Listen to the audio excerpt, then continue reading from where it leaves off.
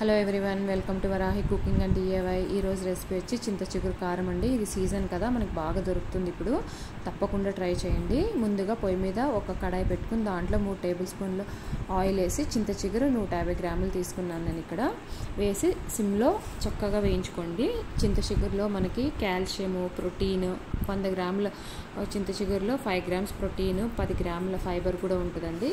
అది వేగిన తర్వాత పక్కన పెట్టేసుకుని అదే మూకుట్లో 3 టేబుల్ స్పూన్స్ శనగపప్పు, 3 టేబుల్ స్పూన్ మినపప్పు వేసి గోల్డెన్ బ్రౌన్ వచ్చేంత వరకు చక్కగా వేయించుకోండి. దాంట్లో ఇప్పుడు 3 టేబుల్ స్పూన్లు ధనియాలు, 3 టేబుల్ స్పూన్ జీలకర్ర వేసి మళ్ళీ ఒక 2-3 నిమిషాలు వేయించుకోండి.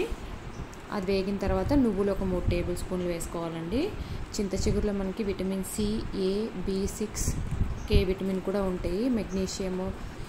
ఇప్పుడు రుచికి తగ్గట్టు ఉప్పు వేసి పొయ్యి ఆఫ్ చేసేసేయండి. దీంట్లో మనకి ఇష్టం ఉంటే కొంచెం చిన్న ఎండు కొబ్బరి ముక్క వేసుకోవచ్చు, లేకపోతే మానేయచ్చు. ఇప్పుడు ఇది పక్కన పెట్టేసుకొని చల్లారనివ్వండి. అదే మూకుట్లో 2 టేబుల్ స్పూన్ల ఆయిల్ వేసి ఎండుమిర్చి, మీరు తినే కారాన్ని బట్టి ఎండుమిర్చి వేసుకొని ఒక 3 నిమిషాలు వేయించుకోవాలి. ప్రోటీను, మెగ్నీషియము, కాల్షియం అన్నీ ఉంటాయండి. వెయిట్ లాస్కి కూడా పనిచేస్తుంది బాగా.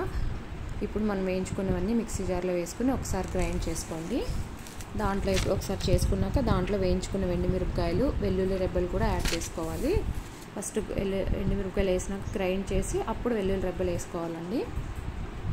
థైరాయిడ్కి పనిచేస్తుంది, కీళ్ళ నొప్పులకి, బ్యాడ్ కొలెస్ట్రాల్ తగ్గిస్తుంది. చాలా హెల్త్ బెనిఫిట్స్ ఉన్నాయి, తప్పకుండా ట్రై చేయండి.